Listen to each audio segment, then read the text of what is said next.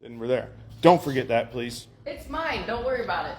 You have one. I don't care if it's yours. But I'll remember it. I'll be sure to remember it. Otherwise, somebody's gonna be very confused later and like, what is this? Yeah. What? Yes. On it, like, Sorry. Oh. Ahem. Sorry. So sorry. Need to. There we go. There we go. So there's the coffee spot. There's the camera spot.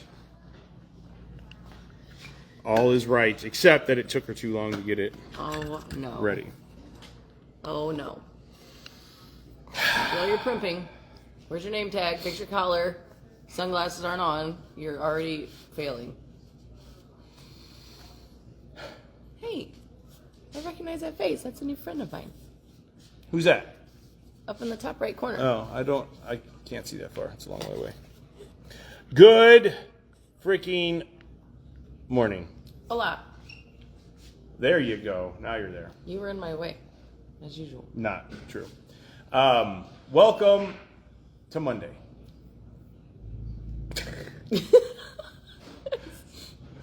Today is actually Wednesday. Okay, good. Oh, you lived up to your name today. Oh. You were late Liz today. It was great. On Wednesdays, Elizabeth and I are Monday, Tuesday, Wednesday. Monday, Wednesday, Friday. Monday, Wednesday, Friday. I don't freaking know. What is wrong with you today? Monday, Wednesday, Friday. Typically, we go to the gym, to jiu-jitsu, at 6 a.m. And oh my God, I'm Liz still was salty late about it. this morning. What time did you get to the gym this morning? Oh, you didn't make it. Because what? You overslept. My alarm didn't go off. That's a likely excuse. My phone. You were scared. Oh. You were scared. I can't wait to nervous. Scared. Ryan says it's Wednesday, but Phil's having a case of the Mondays. Yeah. Screw you, Ryan. You don't know what you're talking about. Gordon, good morning. Anyway, welcome to Wednesday. Oh, What? Still mad about that. Good. Stay mad. My phone died overnight. You would think. How long have you had a telephone? A cellular device. You said a telephone. I know. That is a cellular. You're old. Telephone. How long have you had one of them doodads? Long time. How many years have you been plugging it in at the end of every evening? That's a Hi, Dad. Vinny's the other ugly one. Oh my God. Yes, I know. I messed up. It's 110% my fault. Jeez. It's just... Yes, you're right. But you still try to use it as an excuse. It just died on me. I don't understand why. It's all my fault. It's all my fault. Daniel, good freaking morning, sir. Today's actually going to be a nice day. It's not a great day to have the Mondays because it's going to be freaking nice outside. It's going to be like 50 degrees. I'm going to work outside today. And then, how do we do that? We got a big backyard. I want to work outside today. The neighbors might get a little irritated with all the sound. Yes. Don't go in your backyard and shoot. I mean, maybe you can. Maybe some people can. Some people can. I used to could. I used to could too, except my dad moved away, took away all my land. Well, sucks. Don Fitz, yo. It's the day to finish Christmas lights. That's no joke. If you do Christmas lights, yeah, today would be a good day to get out and do those. I did them like 3 weeks ago or something when it was like 70 degrees in November. How do I want to say this? I very much dislike decorating. That's probably true of most guys. And of most people. But I dislike doing something and being frozen on a 2-story roof while it being something I dislike even more. So I did it a couple weeks ago. Why don't you hire one of them cool companies that come in? Because I also like money. That's valid. I don't want to give somebody money when I can teeter on the edge going, oh, oh. You like that adrenaline rush. I like that. You're an adrenaline I like junkie. the $82 that I saved or whatever it's going to cost me. 82? Yeah. I would 100% pay $82 to I would have pay somebody $82. mount my Yes. Christmas lights. You have a husband. You just send him up there. Our house is so blocked by trees and everything. It's almost that's our excuse. Anyway, and cars. roof goes up. Have when you it's- seen those cars that drive around with the lights all over their car? My neighbor's got one. That is amazing. Yeah, That is so much cooler than a house. And the kid it is a kid. He's 19, 20 years old, maybe. And his car is done. He's got a really nice car, too. But he's got freaking Christmas lights all over it. And it looks That's probably the Beamer I saw driving through Afton the other day. Brooke, I am definitely the Grinch. I have, every year for Christmas, I get Grinch something. Underwear, T-shirts, sweatshirts, sweatpants. I got it all. Because Christmas makes me crazy. He's the car's paint so bad. It scratches the car's paint so bad. I could see Yeah, that. I don't know. I'm sure. Good morning, Mom. Daniel, you're having a hard time this Go morning. back to bed. Yes. Get some coffee. I know right now he just corrected himself and he's like, damn it, that one's wrong too. It's the story of my life. Anyway, What are we talking about today, Miss Elizabeth? get a Grinch tattoo. Ooh, You should. I wouldn't mind. We were talking about Vinny's. He should get a tattoo. I call him the resident machine gun. Just ATF, just calm down. Yeah. Like, just, but he should get a tattoo on his finger, a serial number. He should get his finger serialized. It's pretty funny. Oh, we have people outside. We don't have anything else going on Nope, this I already morning. looked. Okay. There's a weird car out there I don't recognize. Speaking of. Go on. This is where you're supposed to, finish my sentence based off the topic at hand. I am not doing that. Because I don't know what's going on in your brain. We were talking about transitional spaces. Look, I had just asked you that. What are we talking about today? And wanted you to explain it. Hence the reason I tried to set it up. He failed. It's okay. Let's try that again. It's Monday. There's a car outside I don't recognize. Who the heck is that? Oh, it's definitely somebody who's early. That's okay. He's We in got uniform. 29 Yeah. minutes. Anyway, so There's a car outside. Over there, yonder, there's a car I do not recognize.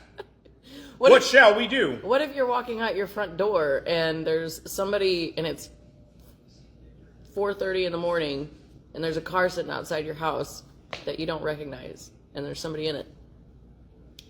Are you asking me or are you Yeah. asking them? I'm asking you. I mean, it's just for food for thought. Oh, I walk up to the car and I kick the door in. Boom! Hey! What do you want? No, you don't go out there. Don't go out. If I was getting ready to leave to go to the gym, when I leave to go to the gym, I usually leave my house 5:30.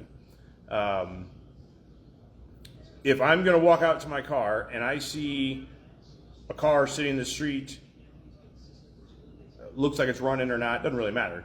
But there's somebody sitting at the end of my driveway in the street, in front of my house in the street, with a car I don't recognize, I'm not walking outside. I'm going to try to figure out what the heck they're doing.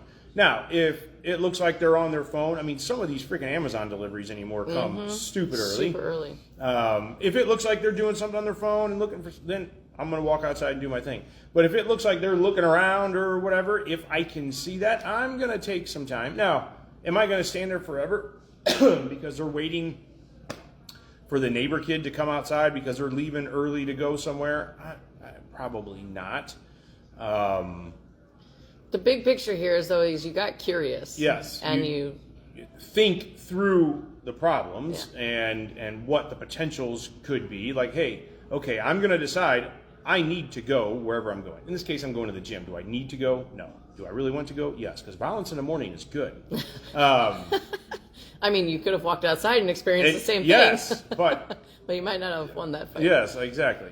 So if I can see that and recognize it, at least then it gives me something to pay attention to when I decide, okay, I feel totally fine to walk out to my car. Now, if I go and I unlock my car and all of a sudden their door's open, I'm probably backing back up. Like, what do you want? But because I notice them, I have the opportunity to make decisions. Right? If I didn't notice them, why are you cackling? I wasn't cackling. Now I'm cackling. Oh shit! I've totally lost my train of thought. You drunk?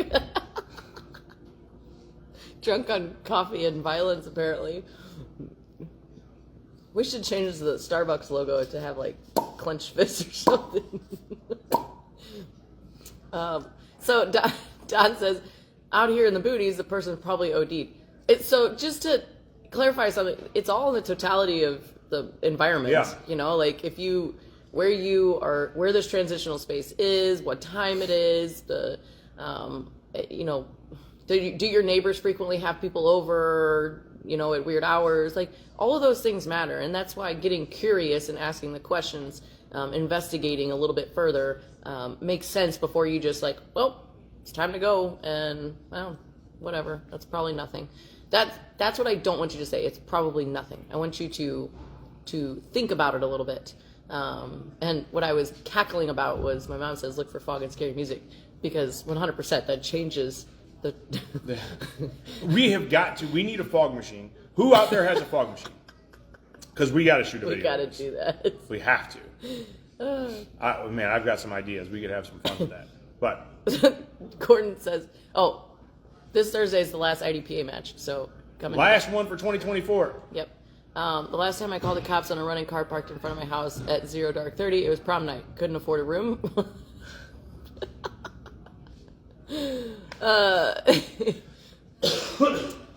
Ryan Harrison, you getting new legs? Where did I miss it? Are there any footprints on the windshield? What the heck, you guys? Oh boy, I might have missed something. What?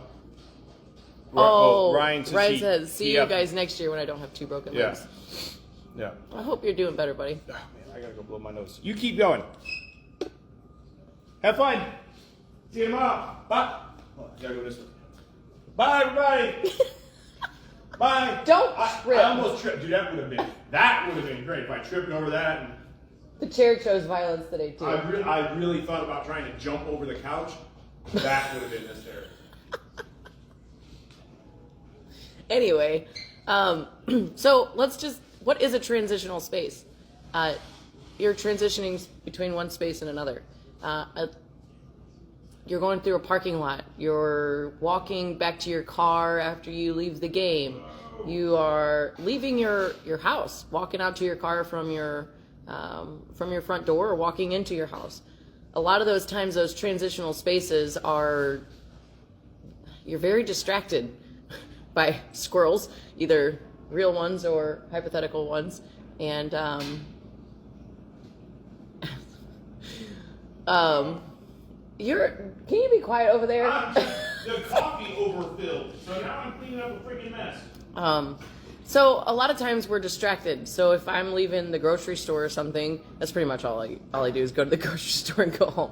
But if I'm leaving the grocery store and I need to leave Schnucks and still need to go to Aldi or something, am I looking at my phone, going through my list of items, checking in with my husband to see what else we need? Or am I distracted while I'm moving from one place to the other? A lot of times, yes. And a lot of times that's when bad guys pick up on that stuff. You're very distracted, and you're not paying attention while you're walking through those spaces. Not only do you need to be aware of people and bad guys, but don't run into a pole or get hit by a car by somebody who's texting because they're not paying attention. There's so many things to pay attention to, and we're not just saying that there's bad guys out there.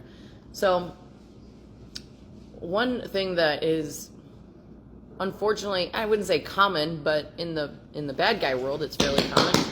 Oh, he's back. I made it. Good job. I'm here. Super proud of you. Is, when you're leaving your house or coming up to your house, are you paying attention to what's around you? Is there, I know it sounds silly, but is there somebody hiding in the bush or around the corner? Because that is oftentimes how people gain access into your house. When you're unlocking it, you've got your arms full, you're coming home from work and your arms are full of stuff. Or in my case, this is something I've recently thought about because of a student asking this question. When I go to the gym on Monday, Wednesday, Friday, I'm wearing a gi, so I'm not wearing a gun. I'm not wearing, that would be very awkward on the mats. I'm not. We should do it. Blue guts. But yes, Could you I agree. imagine the look on somebody else's face when your gi comes up or open or something? Like, whoa, what's that? Just practicing. Awesome. So Don Fitz brings up something important too. So, Nick, no, I'm not shooting on Thursday. I actually have something else to do, but I need to come start shooting matches. I do. I am so busy. Don says, don't get tunnel vision on the strange car because it might be a distraction. That is 100%. also true. Yeah. Or that person coming up to your doorbell. Like, say you're inside and there's a lady banging on the door saying, hey, somebody help me. Or, they're making you think that, they need help. And, of course, you want to be a helper. You open the door for them, and then there comes their buddy behind them. There's a channel on YouTube called Doorbell Mania, I think. And it's all these door cam videos. Get on the Neighbors app. The things that you see on these doorbell cameras is insane. There are people that come up to the door and they pretend they need something, or they'll follow people into the door. As soon as you unlock it, here they come right around the corner. And now that you have an open house, they'll shove you inside, and now they have access to you and your house. I had a student, or you had a student. Was it? Oh, they all blend together. But with their stories, I live in Baldwin. Nothing's bad's gonna happen to me. Yeah. Don't. I've had several in classes. One very recently, who had somebody essentially trying to hack through the side of his house. Tried to go through a window and then was trying to break through the side of the house. I don't remember if this one was in the middle of the day or the middle of the night. I kind of think this one was at night. I've had a student who had his front door kicked in the middle of the day in Baldwin. I don't remember. You think this one was? I think it was in the day because daytime? Yeah. I know he had his.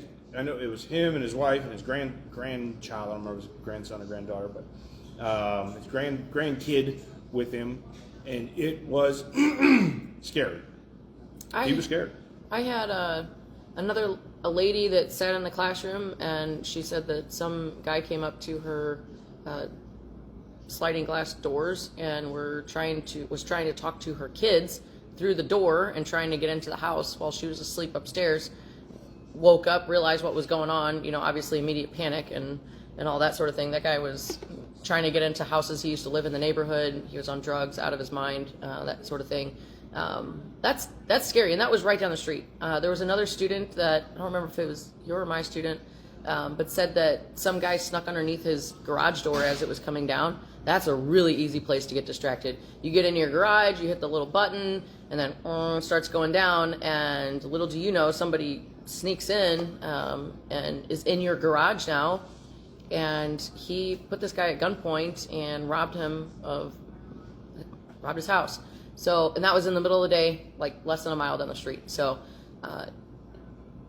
the likelihood of things happening changes, obviously with your environment and things like that. But don't drop your guard just because you live in Baldwin or you're in Baldwin. You're a quick trip across the street here, or something like that. How often do you hear that stuff? Like, well, my gosh. I live in Chesterfield, or I live in Baldwin or Ellisville or whatever. Yep. All very safe places, but also target rich places. Yeah. Oh, yeah. Oh, now I'm too... Yes. Being too aggressive with the camera. Taking over. So, Jennifer, I'm sure you'll watch later and screenshot a funny picture of us or something. If you haven't already, can you please talk about tools we can keep on us or in our purses that might help, or techniques for making us less desirable targets? Thank you.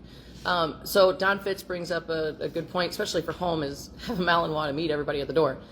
I think having a dog is a fantastic deterrent. It doesn't have to be a big dog. It can be a little dog, too. That noise and that attention that they're getting is not something that bad guys want. So that can be a deterrent. I let my dog bark at the door when there's somebody that I don't know at the door. Whether it's a salesman or whether it's the mailman or somebody dropping off a package, I will let him. He has a little spot right in front of the TV. He jumps on the coffee table in front of the TV and he puts his face out the bay window. It's right there at the door and he just barks. I have a big black German Shepherd, so he's slightly terrifying. And I let him do that. And then I tell him good boy for barking at the bad guy. there's a whole aspect of training to that. He's a very sweet dog.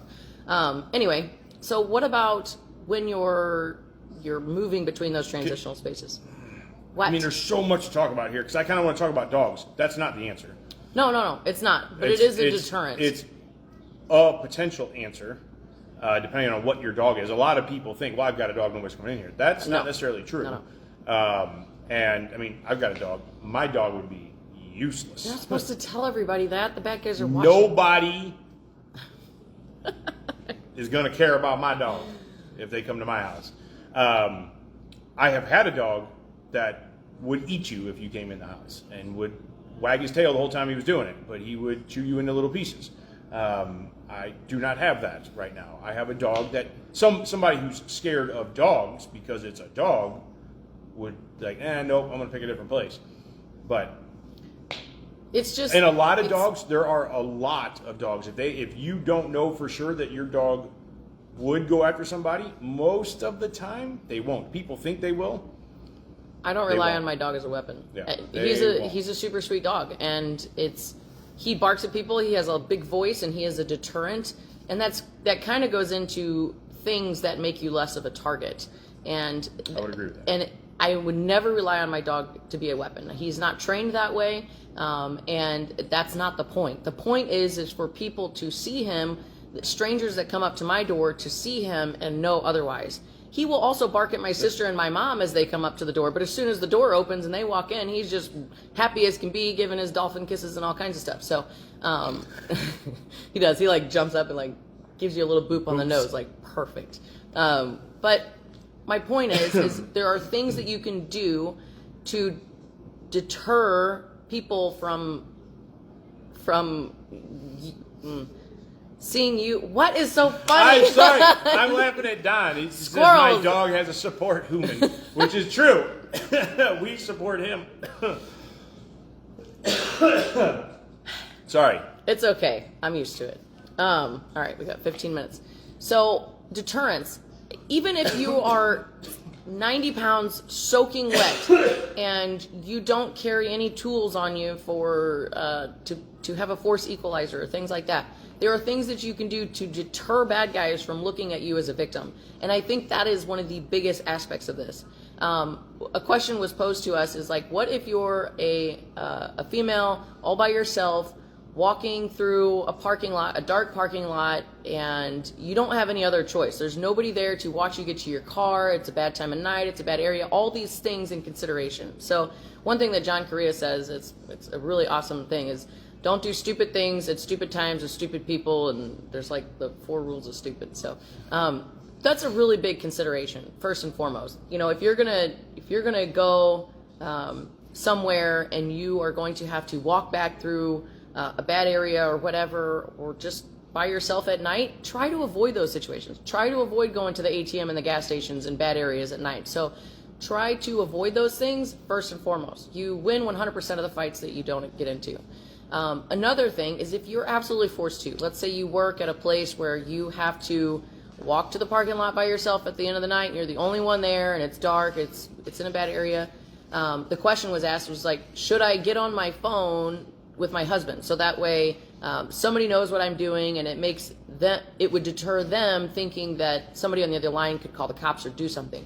And I think that that's a common misunderstanding, just because we feel so safe around our spouses a lot of times, and if they're on the other end of the line, then they're going to be able to call 911 for me, or in any case, even let's just say you were on the phone with 911, like they're several minutes away from you. And these things happen incredibly fast. So I would not get on the phone, mostly for the reason you are now distracted and you look distracted. You being on the phone talking to somebody, even with the intention that you have, is a distraction. And if you can pay attention and make it obvious that you're paying attention, that is going to be a huge deterrent first and foremost. Flashlights are wonderful tools to keep on you, to use it as a way to light up your area. If you even have something in your hand like this, whether or not they know what it is, let's say you don't even have it on, they might think it's a flashlight, a pepper spray, or something like that, and that is another deterrent. Like, well, they have some sort of weapon on them. Bad guys don't want difficult fights. They want easy victims, ones that they can snag that aren't paying attention, the ones that they can take advantage of. And our best bet is to pay attention, walk proud, act like you're paying attention, act like you own that space, because you are going to look visually unappealing to someone who just wants an easy target. So one story that I've heard you tell multiple times is about the guy sitting on the park bench. Oh, yeah. Do you want to tell that story? Sure. I think you tell it much better than I do. So there's I've watched this blowing up with stuff, so I don't know where we're at time-wise. But We're good on time. where'd you go? We've got 10 Okay. minutes. This is on video of a guy sitting on a park bench, and he's looking for somebody to take advantage of, right? And you can see him, he's kind of looking around and watching people and stuff, and some woman walks by who's got her head up, and she's looking around, and he jumps off this bench right at her and tries to startle her, essentially, to get a response out of her. Well, you could see as she's walking into the frame of the video, she sees him and something feels off, and she looks right at him. He jumps up at her. All she does is keep looking at him and walks right past him. A few minutes go by. He's sitting back on the bench. He sees, oh, my phone's right there. He sees somebody walking by doing this. It's a guy. It's a man, Man. okay, who should be a harder target because physically it's a bigger person, right? The woman would typically be an easier target to take advantage of physically. This man walks by, but he's distracted looking at his phone.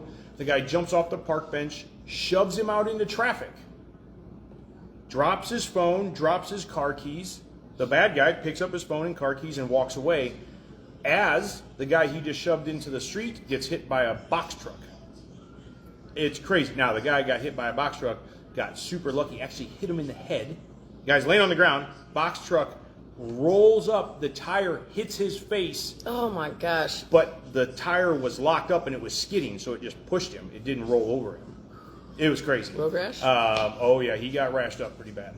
But he survived it. That's nuts. But he got taken advantage of because he was lost in this little world that's, 8 inches in front of his face. Stay off of that freaking thing. Stay off of that damn thing and pay attention to what the hell's going on around you. That woman, who was the easier target, walked away from that simply because she was paying attention. I will tell my boys as we're walking through parking lots, walking to our... Meat cran. Holy crap. There's a whole lot of stuff going on there. Oh, boy. But I will tell my boys, 5 and 14, stay off your devices. You are not allowed to get your devices out while we're walking through parking lots, walking to the car, anything like that. And I try to keep their fussing down to a minimum. It's like, we're not having these battles while we're walking through the parking lot. I don't want them to distract me. I want us to just get to the car, and then if you feel like battling each other, whatever, we'll have that conversation then. But in the parking lot, in those transitional spaces, is not the time. Because a mother distracted with her kids is definitely a distracted person. Easy target. And Can I talk about something real quick, or you got somewhere you want to go? Okay. I mean, I got. No, I mean somewhere you want to go. No, you're good. Vocally. Always. Yes, I know. Playing the wolf. This is something we've talked about on here a couple of times. This is a great way to have an understanding of things that you probably do as well. But go to a mall, go to like Chesterfield Valley Outlet Mall, outdoor mall where you see people that are walking around. They're walking to their cars, especially this time of year. Holidays coming up and people are getting presents for people and stuff. And just sit and watch. We call it playing the wolf. You think about how you can take advantage of somebody. You see that person who's carrying all these bags and yelling at their kid as they're walking through the parking lot, and cars are avoiding them because they're not even paying attention to the cars they're walking out in front of, and how easy it would be for you to take advantage of them and do whatever. Maybe it's to steal the stuff. Maybe it's to steal the kid. Maybe it's just to punch somebody in the face for the sake of punching somebody in the face. But sit down, think about, play the wolf. Don't be the wolf. Don't act on this. Okay, I gotta interrupt because All right, Nick yeah, says, "What if we don't have a wolf costume?" Now I know you're being silly, but that is real. Yeah. Because if you don't if you can't visualize things that people are capable of, then you are already behind the curve, because you need to actually let your brain go that direction, because you don't think like a bad guy. You don't, hopefully, not naturally. Those people live that lifestyle without a second thought. We were just talking about this yesterday, like with the difference in, people will look at a child or, an innocent person as something to sell, and they don't care any way, shape, or form. So if you can start to let your brain, I'm not telling you it's easy. It is incredibly difficult to visualize hurting somebody, to visualize kidnapping a kid, or any of that stuff. But you can't truly understand what people are capable of, and you will be so naive to violence in general if you can't let your brain go down that path, at least to understand what humans are capable of. You watch scary movies, you watch these serial killer movies, and you just tell yourself, like, it's just a movie, it's just a movie. Yep. But there's some aspect of that. Someone came up with that. They wrote it on a piece of paper. That is something that was in their head. We all are capable of doing this. Every single one of us. What people are willing to be violent for, or hurt people for, is probably out of the realm of your head. It is very difficult. It is very difficult to, as a good person, you have a really hard time understanding how anybody else could walk up to somebody they don't know and simply punch them in the face, or try to steal their stuff, like to just root through their car and steal their things, or shove you out in the street and steal your phone. Whatever. You can't visualize that because you're a good person. That's good. Try and understand what you are actually capable of doing, what a human is capable of doing, and you'll be better prepared to look for it and see it in other people. All right, we got to go. Okay. I've got a meeting. You've got calls. I don't even know if we answered what Jenny wanted us to answer. We did. I think so. Yeah. All right. If not, she'll email us. I also saw she sent us an email. I haven't read it yet, so No, I haven't seen it either. Okay. Right. Anyway, you guys have a super awesome day. If you need something, come see us, 14803 Manchester Road in beautiful Baldwin, Missouri. 10 to 8, Monday through Friday, Saturday 9 to 6, Sunday 10 to 6. You guys stay safe, be nice to one another, and we'll catch you soon. Toodles. Later.